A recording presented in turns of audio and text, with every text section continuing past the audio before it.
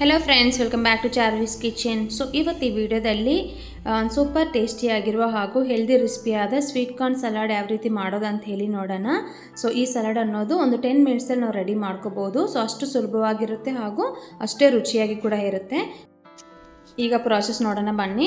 ಮೊದಲಿಗೆ ಇಲ್ಲಿ mixing bowl ತೊಗೊಂಡಿದ್ದೀನಿ. ಇಲ್ಲಿ ನಾನು ಒಂದು ಸ್ವೀಟ್ ಕಾರ್ನನ್ನು ಈ ರೀತಿ ಬಾಯ್ಲ್ ಮಾಡಿ ಬಿಡಿಸಿ ಹಾಕ್ತಾಯಿದ್ದೀನಿ. ಇದರಲ್ಲಿ ಒಂದು ಆನಿಯನ್ನ ಸಣ್ಣದಾಗಿ ಕಟ್ ಮಾಡಿ ಹಾಕ್ತಾಯಿದ್ದೀನಿ ಹಾಗೂ ಒಂದು ಟೊಮೊಟೊವನ್ನು ಕೂಡ ಸಣ್ಣದಾಗಿ ಈ ರೀತಿ ಕಟ್ ಮಾಡಿ ಹಾಕ್ತಾಯಿದ್ದೀನಿ ಹಾಗೂ ಒಂದು ಕ್ಯಾರೆಟ್ ಅನ್ನೋದು ಈ ರೀತಿ ತುರಿದು ಹಾಕ್ತಾಯಿದ್ದೀನಿ. ಸೊ ಹಾಗೂ ಇಲ್ಲಿ ನಾನು ಒಂದು ಸಣ್ಣ ಪೀಸದಷ್ಟು ಇಲ್ಲಿ ನಾನು ಕ್ಯಾಪ್ಸಿಕಮನ್ನು ಸಣ್ಣದಾಗಿ ಕಟ್ ಮಾಡಿ ಹಾಕ್ತಾಯಿದ್ದೀನಿ ಹಾಗೂ ಇಲ್ಲಿ ಒಂದು ಅರ್ಧ ಭಾಗದಷ್ಟು ಸೌತೆಕಾಯಿನ ಕೂಡ ಸಣ್ಣದಾಗಿ ಕಟ್ ಮಾಡಿ ಹಾಕ್ತಾಯಿದ್ದೀನಿ ಹಾಗೂ ಒಂದು ಗ್ರೀನ್ ಚಿಲ್ಲಿಯನ್ನು ಈ ರೀತಿ ಸಣ್ಣದಾಗಿ ಕಟ್ ಮಾಡಿ ಹಾಕ್ತಾಯಿದ್ದೀನಿ ಹಾಗೂ ಸ್ವಲ್ಪ ಮಟ್ಟಿಗೆ ಕೊತ್ತಂಬರಿ ಸೊಪ್ಪನ್ನು ಕೂಡ ಹಾಕ್ತಾಯಿದ್ದೀನಿ ಹಾಗೂ 1/4 ಸ್ಪೂನ್ ಅಷ್ಟು ನಾನು ಇಲ್ಲಿ ಬ್ಲ್ಯಾಕ್ ಪೆಪ್ಪರ್ ಪೌಡರ್ ಹಾಗೂ ರುಚಿಗೆ ತಕ್ಕಷ್ಟು ಉಪ್ಪನ್ನು ಆ್ಯಡ್ ಮಾಡ್ತಾಯಿದ್ದೀನಿ. ಸೊ ಇಷ್ಟನ್ನು ಹಾಕಿ ಒಂದ್ಸಲ ಚೆನ್ನಾಗಿ ಮಿಕ್ಸ್ ಮಾಡ್ಕೋಬೇಕಾಗುತ್ತೆ. ಸೊ ನೀವು ವೆಜಿಟೇಬಲ್ಸ್ ಅನ್ನೋದು ಯಾವ್ದು ಬೇಕಾದರೂ ಆ್ಯಡ್ ಮಾಡ್ಕೋಬೋದು.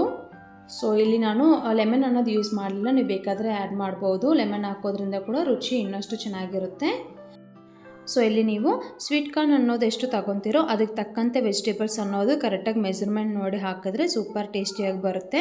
ಹಾಗೂ ಇಲ್ಲಿ ಡಯಟ್ ಪ್ಲ್ಯಾನ್ ಮಾಡೋರಿಗೆ ಈ ರೆಸಿಪಿ ಅನ್ನೋದು ಪರ್ಫೆಕ್ಟಾಗಿರುತ್ತೆ. 2 ಡೇಸ್ ಒನ್ಸ್ ಅಟ್ಲೀಸ್ಟ್ ಈ ರೀತಿ ಮಾಡಿ ತಿನ್ನಿ, ತುಂಬಾ ಚೆನ್ನಾಗಿರುತ್ತೆ ಮಾರ್ನಿಂಗ್ ಬ್ರೇಕ್ಫಾಸ್ಟ್ಗೆ. ಹಾಗೂ ಮಕ್ಕಳು ಕೂಡ ತುಂಬ ಇಷ್ಟಪಟ್ಟು ತಿಂತಾರೆ, ಅಷ್ಟು ರುಚಿಯಾಗಿ ಕೂಡ ಇರುತ್ತೆ ಹಾಗೂ ತುಂಬ ಹೆಲ್ದಿಯಾಗಿರುತ್ತೆ.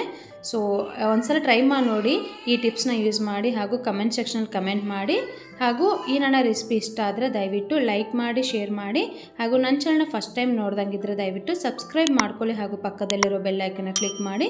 ಸೊ ನಾನು ಹಾಕಿರೋ ರೆಸಿಪೀಸ್ ಎಲ್ಲ ನೋಟಿಫಿಕೇಷನ್ ತಪ್ಪದೇ ಸಿಗುತ್ತೆ. Thank you, bye by.